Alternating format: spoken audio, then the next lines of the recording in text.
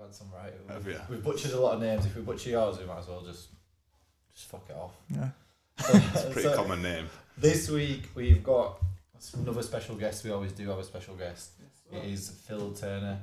You're best known for film documentary making. Yeah, TV documentaries mainly. Yeah. Yeah. Do you want to give people a bit of a quick intro? How old you are, where you're from, and then we're going to start digging into it. Yeah, sure. I'm 42 years old. 42 New Year's Day. So I am from Brighouse, West Yorkshire originally. I've spent most of my working life down in London and just moved back up to Huddersfield this February. And yeah, I sort of make, because I suppose career-wise, I sort of make documentaries, television programmes for people like BBC One, Channel 4, BBC Two, ITV, and yeah, that's it really. How did you get into that? What was the lead into that? Oh, I really didn't know what else to do with my life really. I was a labourer when I left school, and it wasn't much fun. Like I was up roofs 6 a.m. I was breaking stone in the quarry at 5 a.m. It was cold. It was horrible. It was freezing, and Harry Hill, who I used to work for, he's a proper legend, but I couldn't be fucked, to be honest. It was horrible. It's like proper horrible. It's like you're going up, you're in the middle of Bradford Town Centre or something, going up on some scaffolding. You've got 2 buckets of tarmac, like tar just clanging against your legs. It's dripping down your legs. You're covered in diesel. It's horrible, right? I didn't like it. So I eventually, it took a long time, but eventually I got to art college down in Bournemouth. And it was like a film school called Bournemouth Film School. It took a long time. It took, I think, like two different interviews to try and get in because he wouldn't let me in the first time, but eventually got in. They stuck with it. I stuck with it. I went back the next year and said, look, you're going to have to, because I'm not going anywhere. And then, the thing is, I'd always liked making videos. Like, me and my mates, we used to go to raves and stuff like that in Manchester and Leeds and stuff. And I used to sort of film us just fucking about, taking loads of drugs and making like weird like animation stuff with my dad's camcorder, and then film it, and then we'll put some house music over the top of it and just watch it back and trip, and do you know what I mean? It was like that, right? And it was the only thing I really enjoyed doing. So I found courses that let me able to do it really. Yeah. What was the trigger to apply to the film school? It's the film school. It's Bournemouth Film School. It's got a reputation for being the best in the country. So I just thought I'll go for that because it's the best in the country. I got told about it when I was in Australia. I've got a really random past me. I went to Australia when I was like 17. I got a one-way ticket there, sort of a bit of a runaway really. And I met this girl on a bus, and she was doing film and documentary making at college at the Australia School of Film. She was just on a bus, and I got chatting to her. She took me to her college, and I met this guy there, and he was like, well, when you get to England, you should go to Bournemouth Film School because it's the best in the country, and blah, blah, blah. So I did. When I got back, I just went down there, and I didn't get in, like, but I knew what they wanted. So the next year I went back, and I was more prepared, and I knew what they wanted, and then convinced them that I'd be good. So you get in film school. How long were you in film school for? 3 years. 3 years. You get that completed, and what's the steps from there? From there, I moved straight to a place called Tooting in South London, and then nothing much was going on there at that time. So I ended up got my first proper job in Sheffield. I did a Channel 4 film for feature film called The Principles of Lust, and I was a runner. And I got family in Rawmarsh, so I used my auntie's address to get the job because they wanted local crew. So I just told them I was from Rawmarsh, and I got the job, and it was really excellent because I don't know if you guys will know, but there's a woman called Penny Wilcox. She's really like a cool director. Used to do really good stuff in the sort of 90s. There was one called Tina Takes a Break and Tina Goes Shopping, and it's sort of like set in Leeds, based in Leeds. It was sort of like documentary, but it was dramatised. But they used all the real people from the estate, and she was fucking excellent. Like Penny Wilcox was a really cool director, and these two films, Penny Takes a Break, Tina Takes a Break, Tina Goes on Holiday. These two films, they're just amazing. Like, they're amazing pieces of television. When I first saw it, I was like, this is just like what my life is. My life is like, she's captured what my life is like, and I thought I want to make television like that because I've not seen it anywhere before. Like, it's pretty raw, it's sort of a bit grimy, but really funny as well. Do you know what I mean? It's sort of, you know, so it had everything, and I managed to get a runner's place with her and drive her around Sheffield. Oh, you know, for people that don't know what's a runner, what does that mean? Basically, you're just a mugger. So like, you just go mugging stuff. You're just mugging stuff for people. Yes. You're just getting wet water for people. You're driving people across the city. Yeah. You're picking up. You could be picking up a television and driving it to a location as a prop. Basically, you get told what and where to go. It's really hard. Like, in the television world and in the film world, I'd say being a runner is one of the hardest jobs because you just get treated like shit, really, and you get very little money for it, and you're working non-stop. It's really tough, and it really sort of like sorts a wheat from the chaff about, you know, whether or not this is a career for you, because you'll get like proper dragged through the mud. It's hard work. Is that kind of well, a lot of people have to go through those initial jobs. I think everyone's got to become a runner. Yeah, you know, like, you've got to start at the bottom, haven't you? Yeah. If I met somebody, you know, on a job now and they've not probably done a run, I'd be like, you know, how did you get into this? Like, what, you know, you'd be a bit like skeptical. What do they know, really? Because as a runner, you learn everything. You learn what's needed for a production to run. You know. So how long were you doing that for? I was a runner for about 1.5 years, 2 years, I'd say. Wow. Yeah, and then I got moved up. I mean, it's like a long career trajectory. It takes a while. When you're first starting out, you don't just go from one job to another. You know, like, you'll do a job and then you'll have like 6 weeks of not working anything to do with TV or film or anything. Maybe even longer, maybe 3 months. You know what I mean? It takes forever to get the contacts. It's a difficult industry to break into, actually. It's really tricky to get into, but if you stick at it, it's really interesting and varied and fun. Do you know what I mean? So yeah, shortly after being a runner, a couple of jobs, and slowly built up, went up a career ladder. Do you know what I mean? And now I'm a producer director. So I film, produce, direct, do the edit where I can. And yeah, it sounds a bit like that Little Britain guy. I do the theme music, but I just do. I love, basically what my job is. I travel the world meeting new people and filming mental stuff that they do. That's what I do. It's good fun. Yeah. So you were saying about that the first film that you saw. You said it was quite raw. Yeah. Quite, you know, felt like you were watching your life in a way. Is that what your end goal's always been, to be able to be working on stuff that is real? That is actually like a true portrayal from what you're filming to what, like, I'm watching at home. I think so. You wanted to be involved in. I think so. Yeah. I want. We've all got different experiences in life, haven't we? And you can only really tell stories about what you know, I think, as well, isn't it?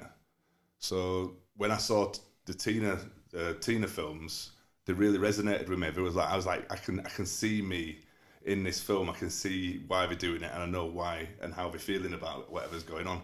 And it made me laugh as well. I just thought, I want to do that. You know what I mean? And I can do it. Why can't I do it? So yeah, I just went for it and didn't stop working. I couldn't believe it, honest to God, when I got the job with, and I knew it was Penny Woolcock. I was like, why is this happening? Do you know what I mean? How have the one person who I've watched on TV, the work of I've really taken note. Like, I've literally written a name down. Do you know what I mean? I've watched television, written a name down, and then I've got a job with her. But that's weird because, like, Tyson Fury, yeah, I worked with him this summer and made this documentary with him this summer. But last year he was on the Joe Rogan show, and I'm watching it. I'm thinking, this guy would be such a good documentary guy. Like, he'd make it. And I watched him, and I think I put on the comments on the Joe Rogan podcast, I want to make a documentary about this man.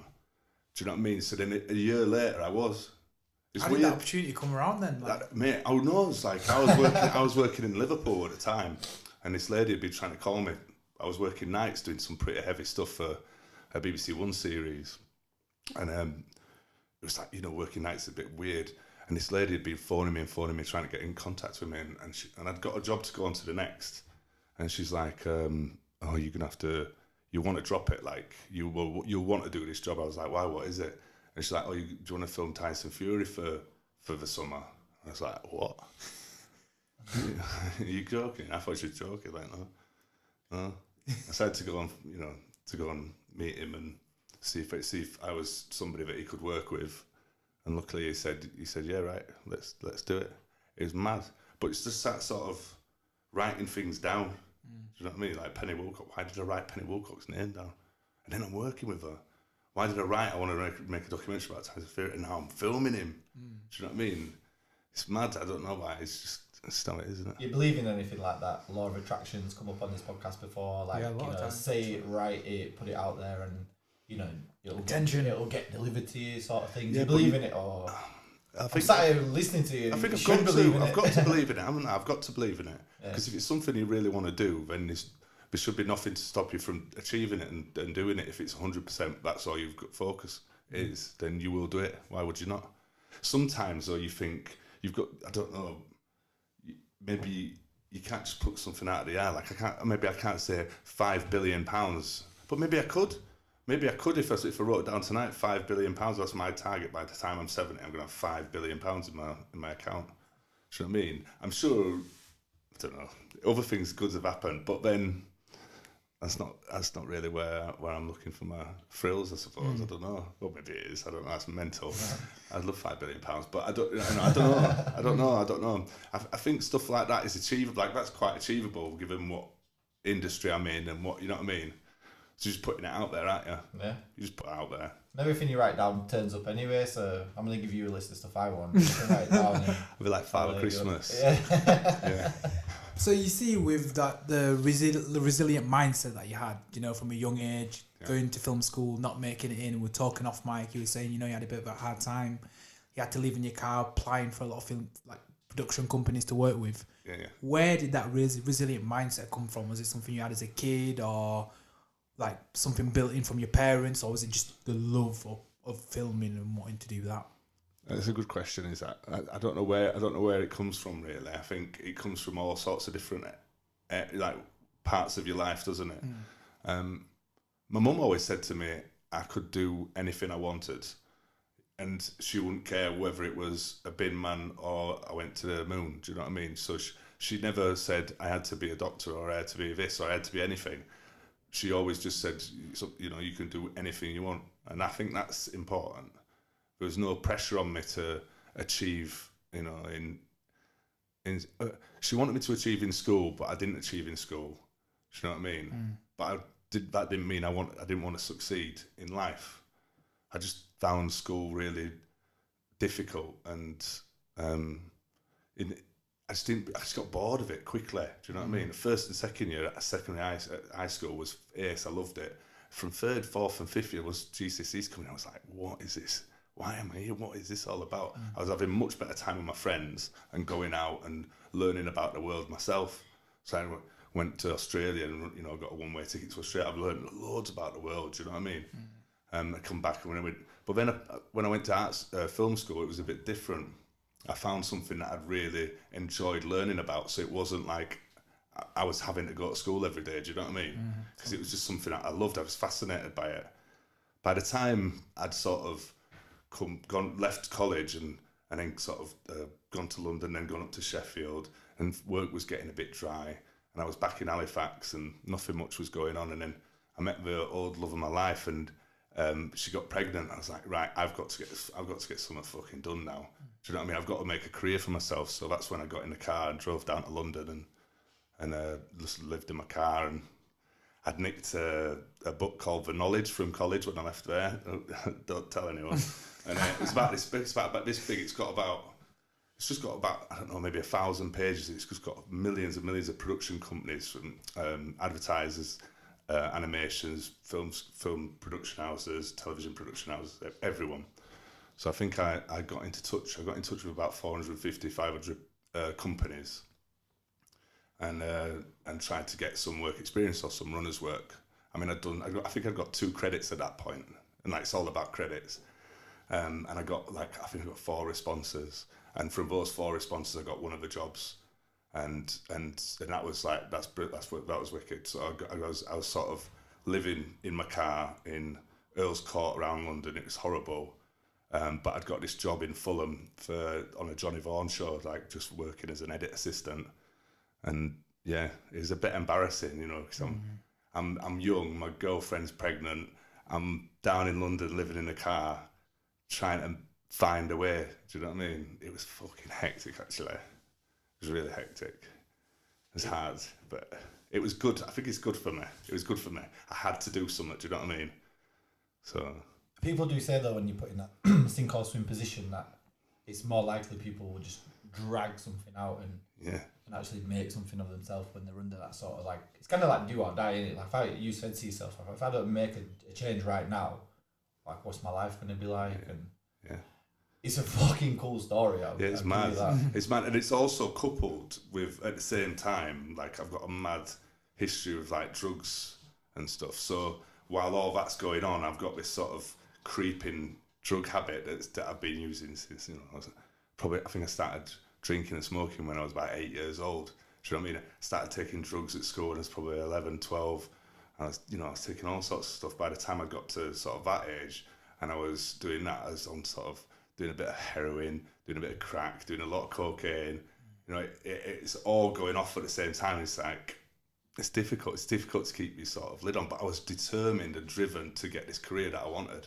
But I've got this sort of demon monkey on my back with this stuff. But I think that also made me want to work harder as well, because I had to get the funds and I wasn't going to go out robbing people.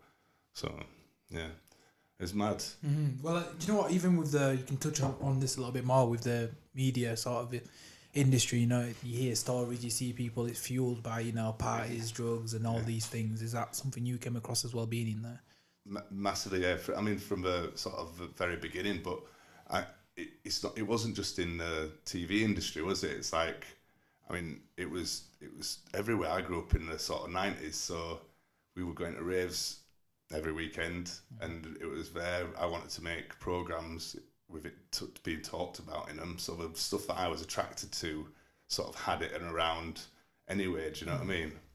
So yeah, drugs have sort of invaded our society and made a massive impact on me growing up, because they were everywhere, and I sort of really enjoyed taking them. Do you know what I mean?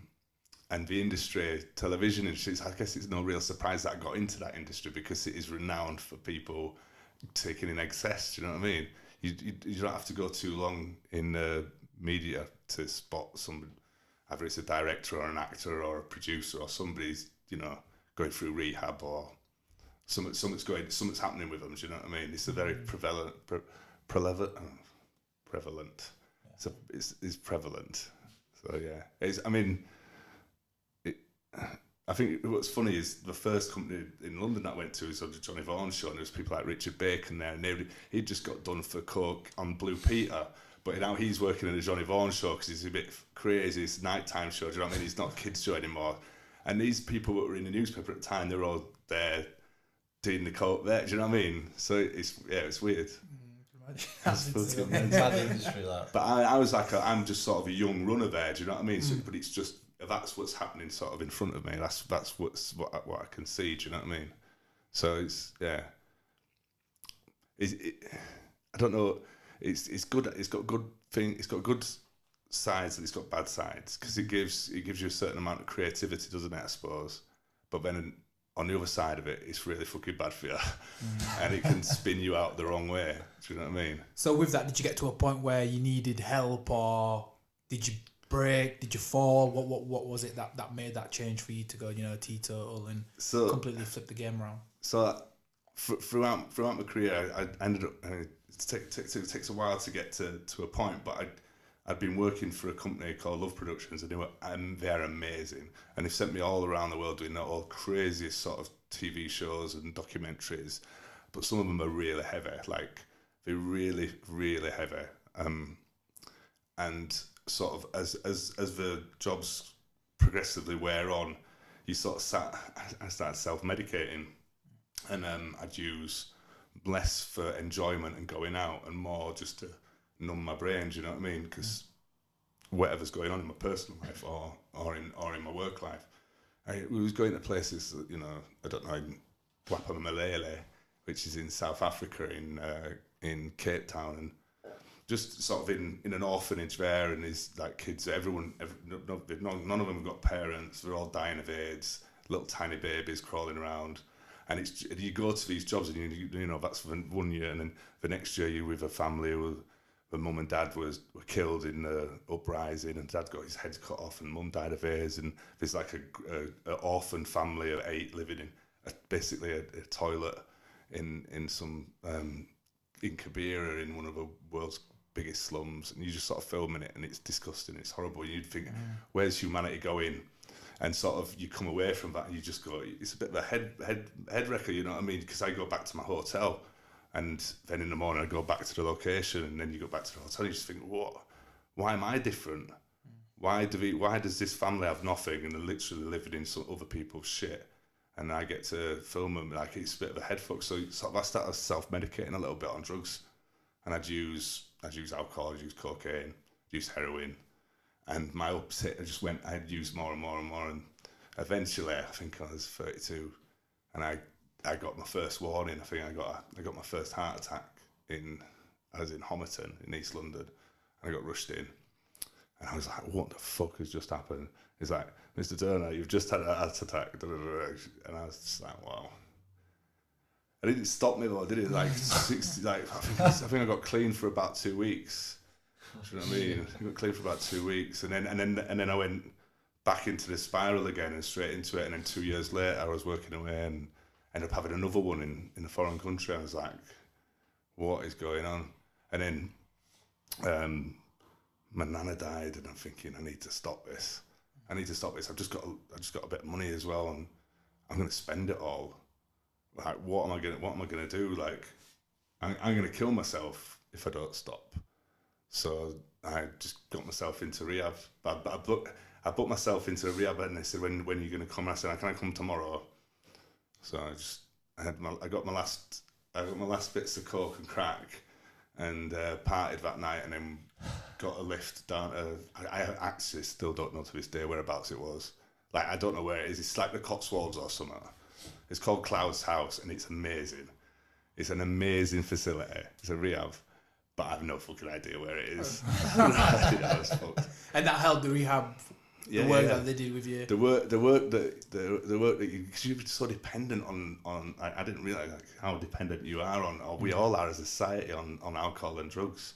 It's sort of scary, and it's really nerve wracking going into a place knowing that you can't have any of that, and there's no let up to it, and you're going to be there for 6 weeks. Sometimes people are there longer. Sometimes people are in and out and in and out and in and out. And that's, you just got to be there with yourself and the other people who are trying to do the same thing as you, and it's tough, man. It's proper tough. Did you have a support network around you with that? You know, people that helped you through those times or anything like that, or was it mainly down to you? I think you've got. I mean, I'm really sort of lucky. I've got a loving family. I've got really amazing friends, and they're all keen for me to get on it and do it and clean myself up. At first, not, like, surprisingly, I think I remember telling my mum and dad that I wanted to go, and they just didn't get it. Like, they're not pro-drugs or anything, but just don't understand, like, I think they're part of a generation, they just don't understand addiction. Do you know what I mean? They don't understand, like, pull yourself together or just stop doing it. Like, I don't know how to do that. I've been doing this for longer than I've been, like, do you know what I mean? But I've not been doing it. I don't know how to not do it. And that took a lot of sort of understanding from their point of view, but we got them into the rehab, and they came and sort of hung out at the rehab for a couple of days as well, so they learnt a lot. Addiction's such an amazing subject. It's a really interesting subject, and that's what you work on. Yeah. Can I ask, at the time, like, when you were going through this, you're super open about this now, you're talking to us, you're telling us exactly how it is. Were you open with it at the time with the people around you, or was it sort of a secretive life? To close people, but you find yourself sort of oversharing sometimes, and you're oh shit, why am I just blurting this out? But I think it's whatever works for you, isn't it? Like, I need to tell people pretty quickly what my limits are, because I don't want people to keep saying, oh, let's go for a pint, let's go do this, let's go do that, because I'm not ever going to do that with you. Do you know what I mean? Like, and I don't want to be offensive with it. I don't want you to feel like, oh, you don't want to come out, like, whatever it is. But I want sort of people to understand it. And also, nobody talks about it like we do now. Like, everybody's talking about mental health issues now. Everyone, every corner you go around is a mental health issue. Do you know what I mean? There's something or other. But I just think, well, I think why not? I think we've got to be much more open in society. Otherwise, we know there's going to be more addicts. Do you know what I mean? What my mum and dad like. My mum just didn't get like. I don't know. To be honest, I don't know why she put up with me for so long. Like, I don't know how she done it. But you've got to keep. You've got to keep doing it. You can't just turn people away, I guess. It's mad. But with addiction, like I've listened to like Russell Brand a lot, and he talks about it's like you say you'll never really solve like drug addiction until you treat it as like a disease or something, rather than or you're taking crack, go to prison. It's going to help you, is it? No, it's mad. But you see it from your perspective. Like, how is it to be on that side? And what in terms of the drugs and the way people view you as like getting like people in rehab and then your family and then society will say go to fucking prison. Like they'll treat you like it's still like a criminal offence to take drugs, even though crazy, you're addicted and dependent. And if you could stop taking them like that, you would have done, right? Yeah, it's mad. It makes you think like back in the 20s in America with a prohibition, just like clearly that didn't work.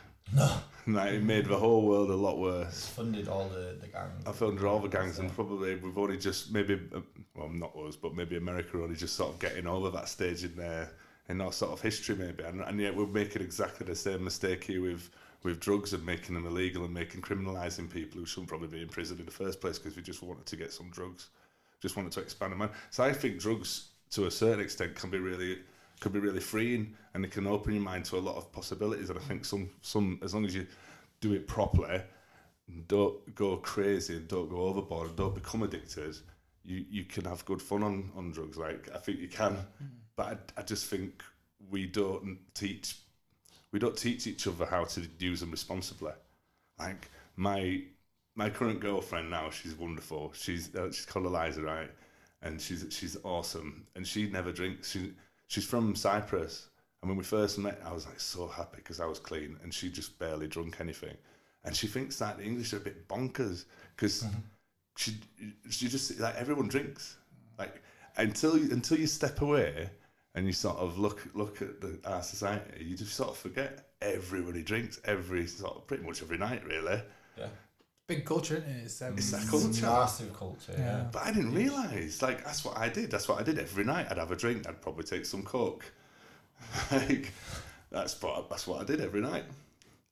And Eliza's like, well, why do you English people all do that? I'm like, what do you mean? Well, that's what we do, isn't it? She's like, yeah, but why? It rains all the time. It's mad, isn't it? Yeah, it's easy for her to say. She's from Limassol, so it's nice and hot there. She doesn't really drink. Like she'll have a glass of wine, but it'll last her for 4 hours. It's mad, weird. If I have a glass of wine, it'd be gone in like 40 seconds. You know what I mean? It's true. I'd be like that. I don't know. It's a topic that you could talk about for ages. Like I think as a country, we're probably one of the worst for like binge drinking and even drinking with meals. Like I reckon, like I work for an American company. You work for an American company. Yeah. Americans, like if you have more than a glass of wine at dinner, they're gonna fucking have an intervention on you. Like, you can't be doing that over there. That's funny. Their culture's not really gonna allow it. No. But here it's almost like the opposite. You know, if you don't have one, you kind of you're the sort of leper, really. You know what I mean? Yeah. They're just dropping everyone off afterwards. You're driving. You're a taxi. And it's I mean, it's a whole different world when you go out sober, isn't it? It's just crazy. It's an amazing, like alcohol's a wonderful thing to an extent, and then it just becomes sort of horrible, doesn't it?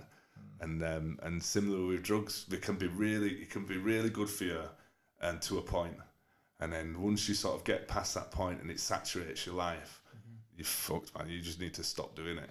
But stopping it and getting the tools to stop it in this country is ridiculously hard. Unless you've got a shitload of money, you're not going to be able to get the help that you need. You know, and going through rehab will cost you like 14 grand if you pay for it privately, and you're not going to get on the NHS if you're a working man. You're not going to get put into one. Just won't happen. So if you're a functioning drug addict, you pretty much you're trapped into that life unless you consciously like take yourself out of it. But that's nearly impossible, right? Unless you can afford to get the money to put yourself through private rehab. I don't think I tried I tried from on the NHS to get into rehab for years and years and years, but it was just so difficult because I work away all the time. I couldn't make an appointment, and as soon as you miss an appointment, they think that you're not committed to the cause. So they'll just say, right, well, you're not clearly not bothered about giving up drugs. I'm like, yeah, I really am, but I've got to be in. And it sounds ridiculous, but I've got to be at Rio next Thursday, and I can't. Do you know what I mean? And it doesn't work. They just look at you like you're an idiot, and you're just like frustrated, pulling your hair out because you can't get the help that you need, that you know you need, and it's really tough. So I feel for the NHS, and I feel for the addicts as well because nobody's winning. Do you know what I mean? Yeah, Nobody's vicious winning. cycle, and like you don't get work, you don't get paid, you can't pay for that, and it's like. But if I stopped my job and just started, if I stopped going to work and carried on taking drugs, I'd get into a rehab probably in a year or two. But do I want to do that? Do I want to take myself out of a career? So do you know what I mean? No, I can't do that because I want to work. I want to enjoy my life as well. But yeah, I think for me, it's drugs, especially around like middle income earners, is like higher than ever. Or I've just seen it more. I don't know what it is because it's just my age and I'm around people that earn decent money. Yeah. Or it's always been there and I never realised, or it is. But for me, like I see, it's like 1 in 2, 1 in 3 people. Like I do coke. Like people you wouldn't even expect, and you're just like fucking hell, like it's everywhere. It's everywhere. Yeah. 100%. And it's mad. 100%. And it's crazy, and I think it's just going to keep going on that trajectory, I guess. And so then you said to yourself, well, why would it be only available on the black market? Like, why is it illegal? Because I don't know, whoever's playing football, whatever, he's earning his money, he's doing his thing. Why is he criminalising himself? Why is he getting really probably shit stuff and snide stuff that could possibly give him a heart attack and OD him? Do you know what I mean? When it could be legalised, it could be regulated, and it could be, and it could be profited from, and it could benefit the whole society because everyone's doing it.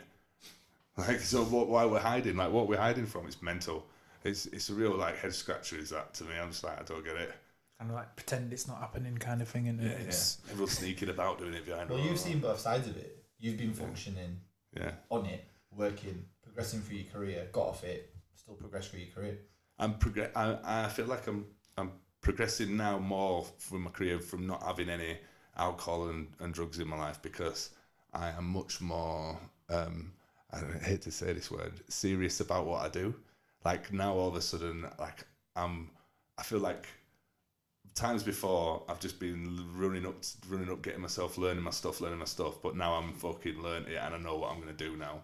Do you know what I mean? And now I don't need that stuff as a crutch. I don't need that. So I feel like I've gone like around the corner.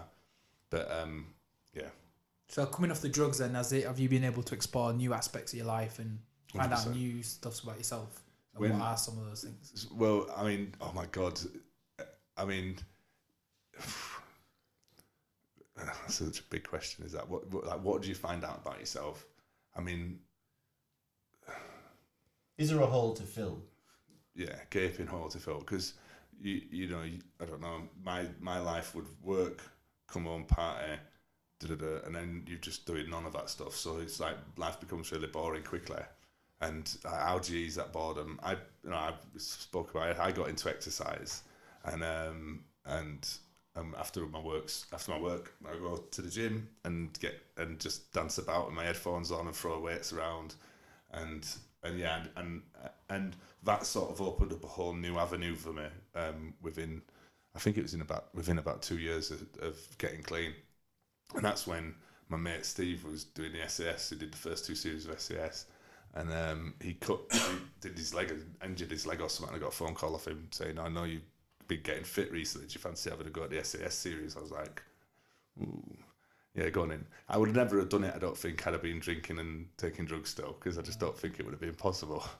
But now I got the confidence because I wasn't doing that stuff, and I was fit, and I was thinking, "Yeah, go on, I can have a go at that." And now it's just like one of the favourite things that I do. Mm-hmm. And what's amazing about it is you've got like these 4 men.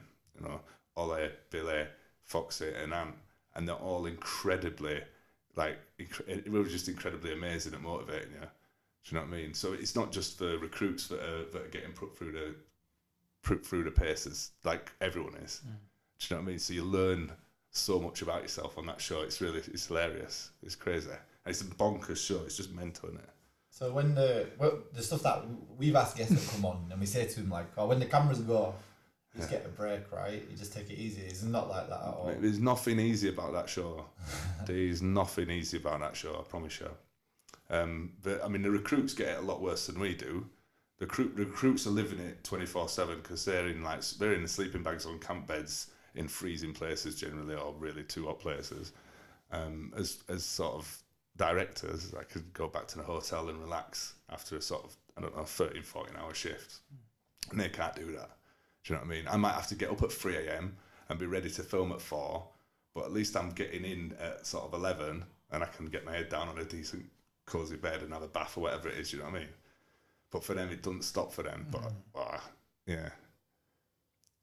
You must see every side of humans that is possible in that show, right? But you get to watch it.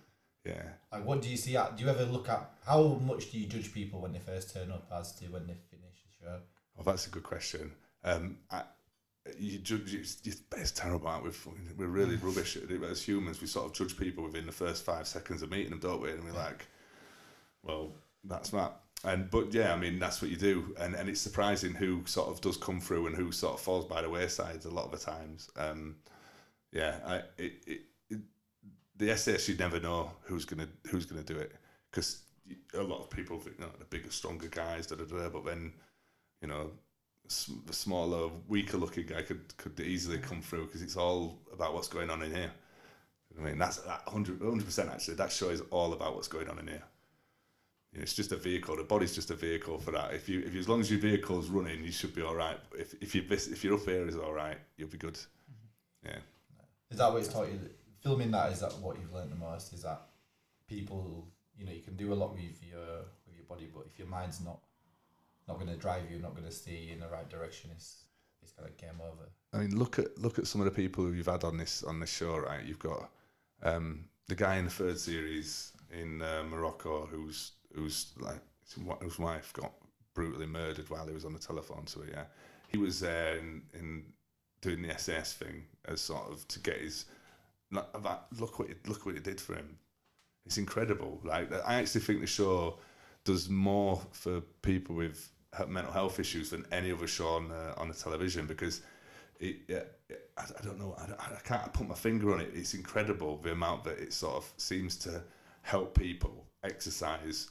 I don't know what it is. The stuff that Anthony and Foxy and Ollie and Billy that just drill into them is that whatever it is, you can achieve it. And I think it's brilliant. Look at Mark last year. Incredible. Look at Milo. Like, Milo's tiny. You know what I mean? I was thinking, there's no way this guy's getting through. And then, you know what? I remember filming him up on the top of the hill one day, and Mark was freezing. Like, Mark was proper shivering. And I'm thinking, Mark looks fucked. I don't know if he's going to get through this bit. But it was Milo that came to his rescue and sort of warmed him up a bit. And I thought that it was at that very point I thought he's got what it takes to get through this, because Mark's led the whole way. Now Miles is looking after him, because Mark had always looked out for him. And then at this moment, so you kind of constantly always watching what's going on, obviously in the filming. And most of the stuff that you see is obviously it's all in the body language. You know who's going to succeed, I suppose. But yeah. And what about working with the leaders, like like Ant and all these guys? What's it like working with those guys? My God, it's hard work. Is it? Yeah, it's hard work, man. Because they're brutal, aren't they? I mean, they're not TV professionals. I mean, they're ultra professional and they work in television, but they're special forces. They've learned throughout their entire career how to, whatever it is they've learned how to do. Do you know what I mean? Some pretty mental stuff, no doubt. And they're intense. And you'll not find that of a group of people who are quite like them probably anywhere other than other special forces people. And you can learn a vast amount of wealth of knowledge off them. Yeah, they're amazing.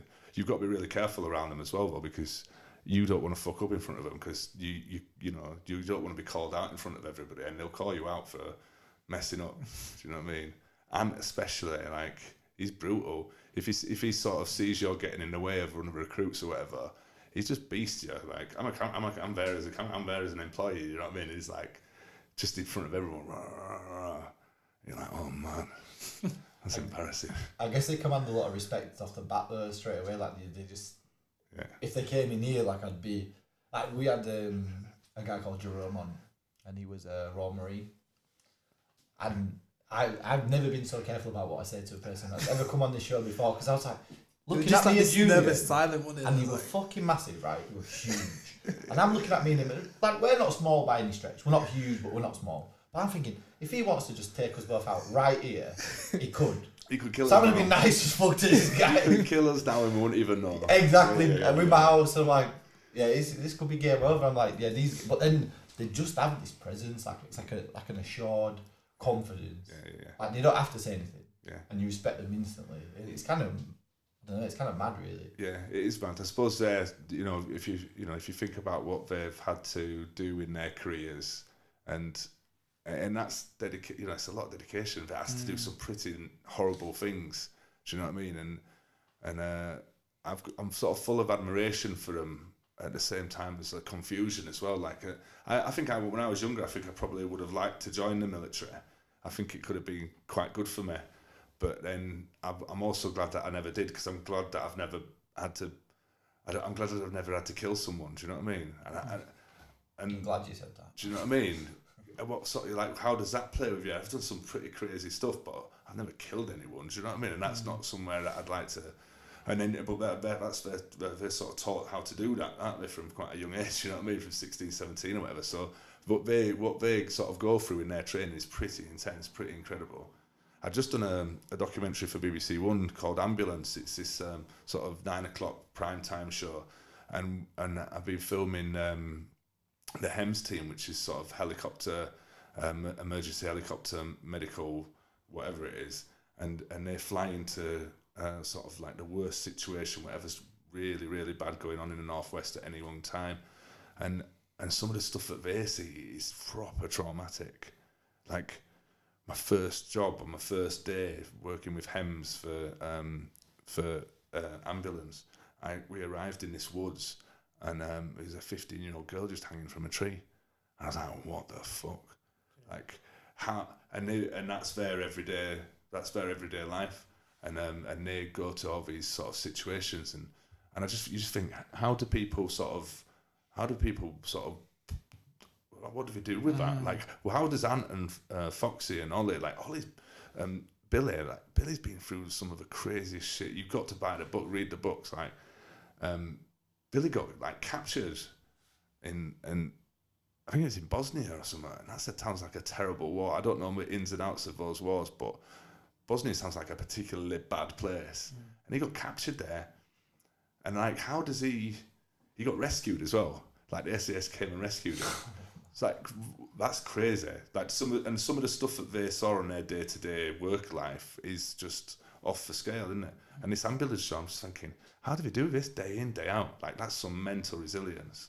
And if they can do that, like, well, I can apply it in my small little world somehow. Do you know what I mean? And my, you know, my affliction for drugs or whatever just sort of pales into significance, because it really means nothing, does it?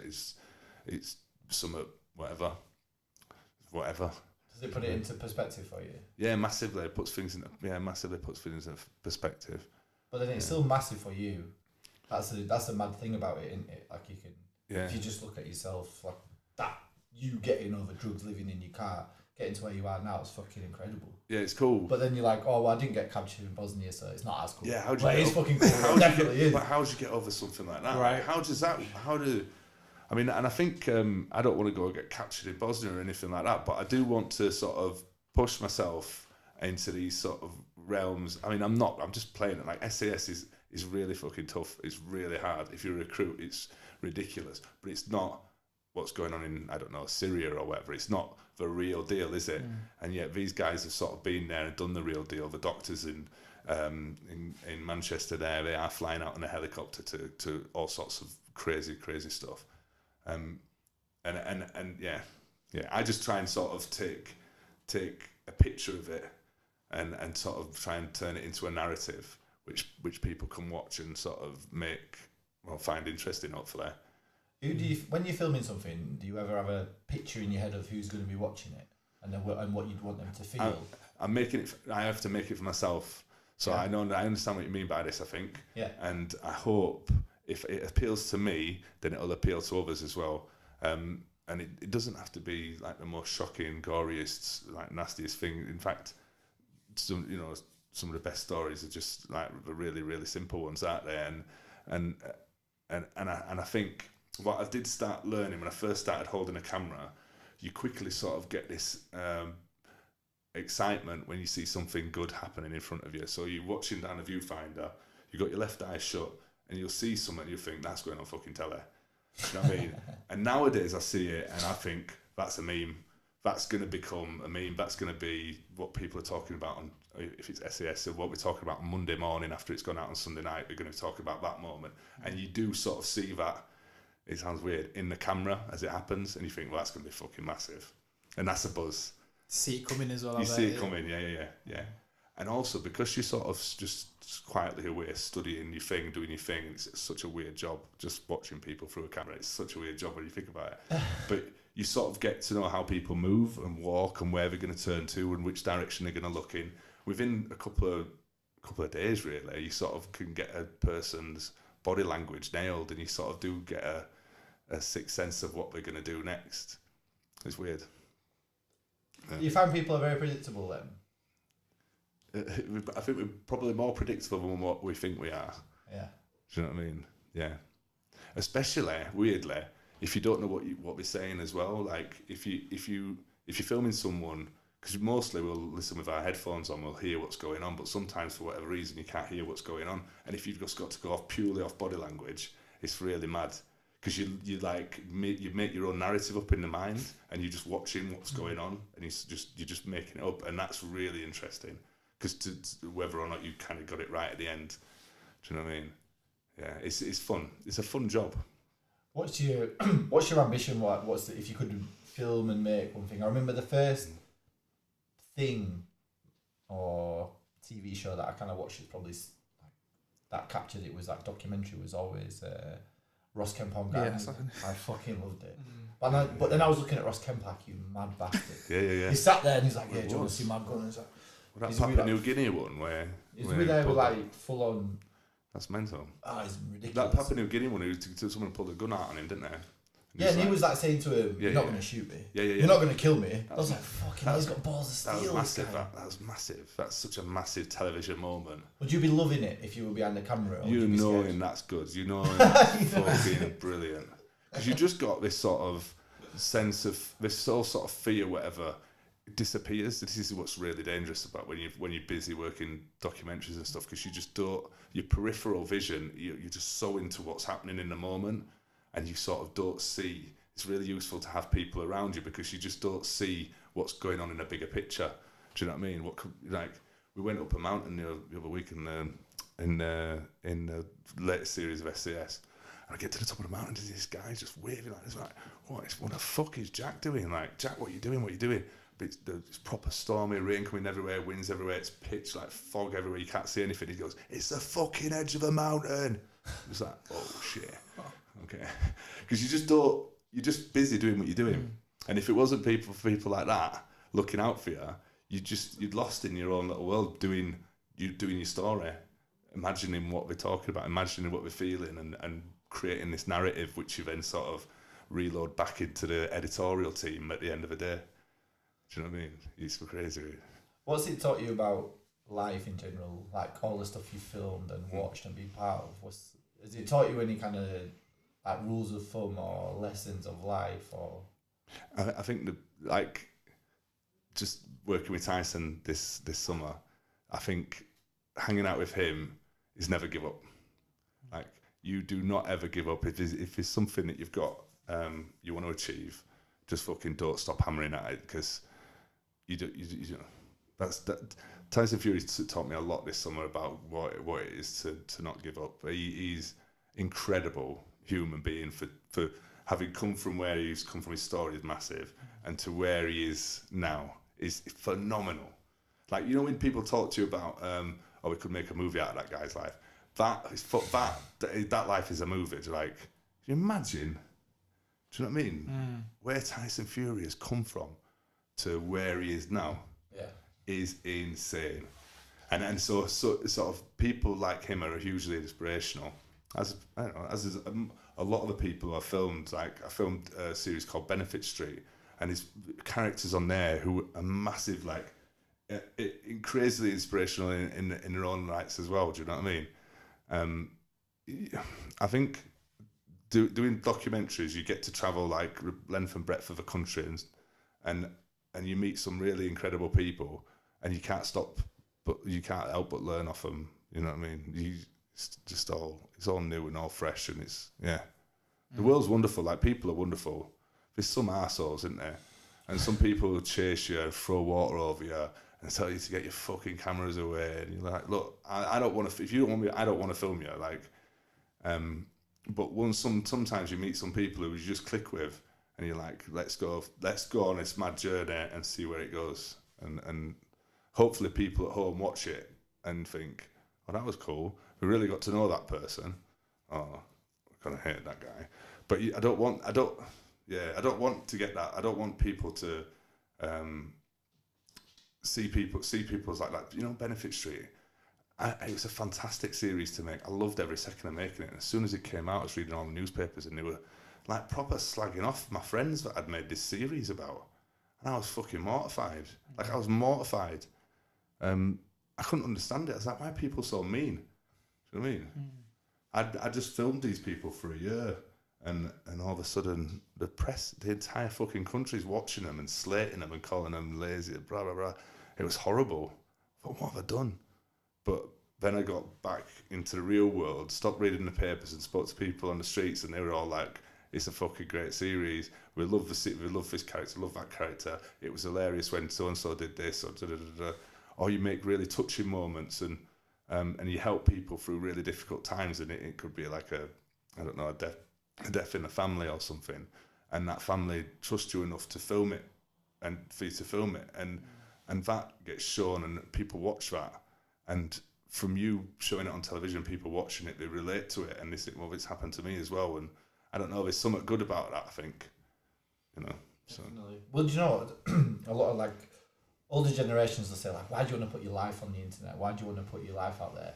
But you kind of like the opposite side to that story, saying people, you kind of put a camera in someone's face that wants to be filmed, they'll actually weirdly open up more than they would to maybe their friends or family about stuff. So true. Why do you think that is? I guess there's not any first of all, there's no politics to it, is it? I'm gonna sit there and listen to what they say regardless, and I can offer an opinion if I feel like it needs to, but I probably don't need to give an opinion. I made a film called My Last Summer, which was incredibly difficult to make, and it sounds really depressing, but actually it was really fun as well. It's about 5 people with terminal illness, and they all got told they had terminal illness, and they were all going to die within a year. And so we made a film about 5 people with terminal illness, and it's called My Last Summer. And only one of them still survives, Lou. She's still alive, and everyone else died. One of the guys who I was filming, I can't describe to you how close I got to this guy in his sort of final months and weeks of his life. And what sort of, like, I don't know, what a privilege.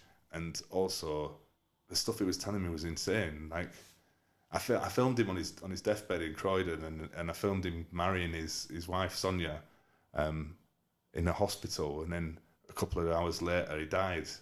You know what I mean? And it was like a week before Christmas, and it was fucking tragic and sad and horrible. But I thought, I was so grateful to be there for that moment. And that happens to people all up and down the country, doesn't it? Every day of the week. Yeah. And I think if I can film things that are really ordinary and happen every day of the week, but sensitively and normally and without fanfare and stuff, and I think then that's a good thing, because I think people can learn from others' experiences. I mean, it is an absolutely awful time for Sonia and for everyone involved in it. Do you know what I mean? But also, I think somehow it really helped through the process as well. Yeah. That was a tough job, my last summer, actually. And I didn't realise. Obviously, I knew that everyone was going to die when we started it, but you don't really realise but you're going to get sort of, because you invest all your time in them and you go around to the house every day and then all of a sudden they're not there. Because usually, I mean, I'm friends with just about everyone I film with on Facebook or Instagram, and we talk occasionally or whatever. And then with us, like, I just don't have that, you know. So it's a weird one. Do you know? So with that, dealing with things like that, have you put anything into place to deal with, I guess, those little traumas, you can call them? You know, these people are coming to your life, you don't see them again, and you might. Do you deal with that? Do you have any counselling or anything that you've done to help you work through that? I used to deal with it badly, like drinking drugs, and especially the heavier documentaries that you do. You know, you self-medicate, but there's always psychs are always on offer. Counsellors are always sort of offered, especially the heavier stuff like that. The ambulance show that I just did, somebody called Marcy, I spoke to her just about every night. Every day I was at work, I was filming 3 people dying or dead every day for like from April, May, June, July. No, January, February, March, April, so 4 months. Like, that's a heavy talk. I'm not used to, you know what I mean? I'm not quite used to that. I need help to talk with people and professionals about that, because I'm not used to that stuff happening in my head. I'm not a paramedic. I'm not a doctor. I've not trained for 7 years to deal with that. So yeah, I think it's really important to make sure, and the companies all know it's really sort of important for you to take part in those things. You've got to help yourself. You know, so talk to people, psychologists, counsellors. They're the greatest people on the planet. You know what I mean? That's it. I think more people should use them. Like, we always talked about it before, like in the States, people go see the therapist and talk about these things here. Why is it so much more sort of accessible and popular there than here then? Why do you think that is? Or is it? I don't know. I think it's probably. I don't know. I think British culture probably got a part to play. Yeah. Maybe like the war or something as well. It's always like, oh, get down, like get your head down and get on with it. And that's my dad's that. attitude. Keep calm, carry on attitude, isn't it? Yeah. Bottle it up and stick it. Like, get your head down and just get through it. But really, like, you got to open up and talk about it, and that's the biggest thing we learn on the show is opening up and having someone just. I say to people, if someone's got a problem and they want to talk to you, just fucking shut up, man, and listen. You don't have to give them. You don't have to be thinking, oh, I've got to say something great and give them great advice, because you know as little as they fucking do as well. Yeah. But sometimes, like you say, when the camera's there and people are talking to it, the camera's not going to spit anything back at them. It's not going to cut them off halfway through the talking. They can just get what they want to say off their chest. And sometimes you find yourself talking and you're listening to yourself and you go into. You've been going for 10 minutes and you end up somewhere completely different. But you feel better and have a different perspective. That's it, and that's one of the things you say about mental health. Like, you turn every corner and someone's talking about it. This podcast, we never really even thought to talk about it, and then people came on and just opened up. It's big what time people want to talk about. They want to talk about it, and it definitely changed my perspective. I've said it 10, 20 times before now, but definitely changed my perspective. I had the same view, like, you can be stronger than your mind, and this. Problem is, you're just not. Like, you give yourself more credit than you really deserve. Well, I think you've got to sort of look after yourself as well. So I know after that ambulance job, I was keen very much not to do something similar. Do you know what I mean? I didn't want to go and do another series of it down in London or whatever. I was really grateful for something like Tyson Fury to come along, which I knew would be very different to that. It's glitz, it's glamour, it's Vegas. Even though there's a flip side to it, you know what I mean? But still, it was very different. And I think you've got to sort of give yourself breaks from that. So I'll try not to do really hardcore stuff back to back, because I don't think it's too good for your soul. I think it's good to do it. I think it's really good to do it, because you've got to push yourself, haven't you? You got to see where your boundaries, for sure. Yeah, and you got to see where, like almost like an elastic band. Where can I stretch myself to? Like, what can I cope with? You know what I mean? Yeah. Tyson Fury is an interesting character, obviously because of the mental health stuff. But I always find people completely forget that the whole country fucked him off for ages. He won the world titles and suddenly he was a fucking racist. He's a bigot. He's this. He's that. Strip his fucking titles. He's this. He's everything. And then I'll suddenly spin it around like 5 years later. Everyone loves him probably more than Anthony Joshua. Yeah, he's people's champion, right? Yeah, he is. He's a people's champion for sure.